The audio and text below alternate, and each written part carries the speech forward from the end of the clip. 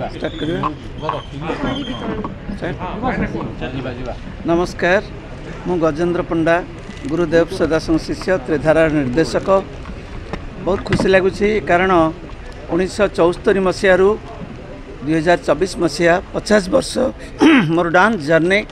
कारण मोर जो नृत्य आरंभ होता से हूँ गंजाम सखीनाट। तेणु गंजाम माटीर पिला मु लोकनाथपुर शासन घर। बहुत खुशी लगिला जे से स्वर्ण समारोह आम जहाँ मे 22 तारीख रे रवींद्र मंडप रे उद्घाटन करूँ, जहाँ को वरिष्ठ कवि सीताकांत महापात्र, डॉक्टर रमेश पाणिग्राही, देवी प्रसन्न पट्टनायक एवं अनेक विज्ञ लोक आसिया को उपस्थित रही देखी से स्वर्ण समारोह को आम एक वर्ष धरी पालन करुँ, जहाँ को आम ओडिशार विभिन्न जगह करूँ, छत्तीसगढ़ रे विभिन्न सहर रे करूँ एवं तापर आम जापान जाइलु जो अंतर्जातीय स्तर को प्रदर्शन करने। एवं वर्तमान Bharat high commission of India to Malaysia जे भारत राजदूत अच्छा BN रेड्डी सर सी आमको निमंत्रण करते। आम जाइलु अगस्त 15 अगस्त 14 आम से कार्यक्रम कलु। यहाँ गोटे स्वतंत्र कार्यक्रम, कारण जड़े शिल्पी को जड़े शिल्पीर कला को सम्मान दबा विदेश माटी आम बहुत गर्वर कथा। कारण मु तो नाच शिखिली 50 वर्ष, मु नाच करी नाच करके आगू जी से बड़ कथा नुहे। बड़ कथा हूँ जे ओडिशार 150 वर्षर गोटे नृत्य परंपरा जहाँ गंजाम प्रहलाद नाटक ताकू आम से परिवेशन कलु एवं हजार हजार संख्यार दर्शक स्टैंडिंग ओवेशन देले, आम प्रति सम्मान प्रदर्शन कले, आम कला को सम्मान देखले। सर आम बहुत गर्वर कथा, गौरवर कथा। एवं भारत राजदूत मध्य से आमको संबर्धित करछंती।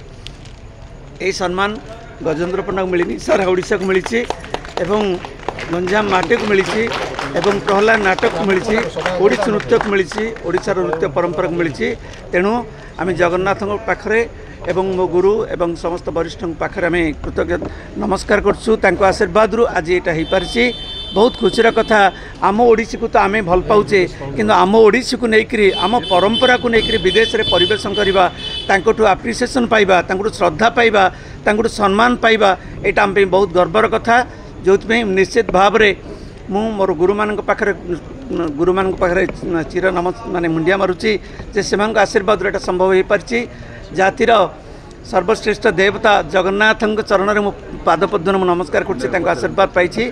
आपण मान स्नेह श्रद्धा नमस्कार। गजेंद्र पंडा सर जो कोटी ना कोटी लक्ष्य थाए गुरु तो सदा डांस करेंगे रिप्रेजेंट करेंगे, छात्र मैंने नाचे से ओडिसी नृत्य करेंगे गोटे गर्व महसूस हुए मो पिला माने आज नाचुन। यहाँ गोटे बहुत भल कथा, कारण मो गुरु पाखु नाच शिखी मुझे शैली को प्रचार प्रसार करूँ एवं मोठू शिखिकी मो शिष्य शिष्या एवं मोर कनिष्ठ पुत्र जे प्रभुतोष से माने शपथ नेले जे मु चाकरी करिबिनी मो जीवन रे केवल ओडिसी नृत्य को प्रचार प्रसार करने पल्ली ठारू दिल्ली पर्यंत ओडिशा ठारू अमेरिका पर्यंत से करेंगे। यहाँ गोटे बहुत बड़ कथा।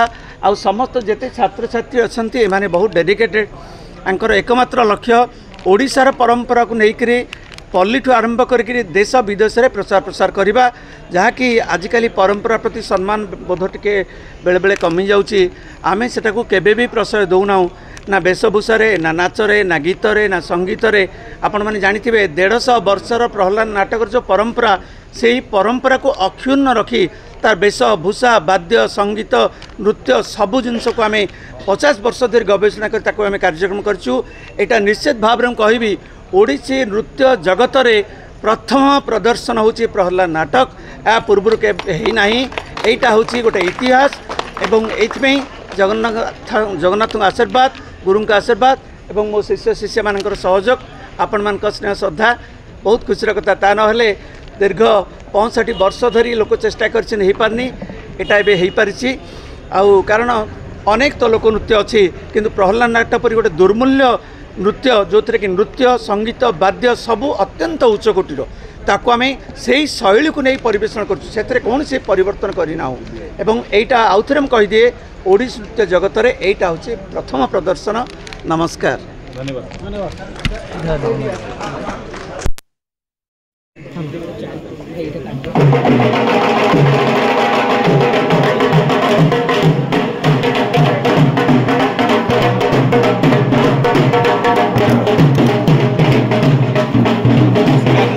ଦେଖିବେ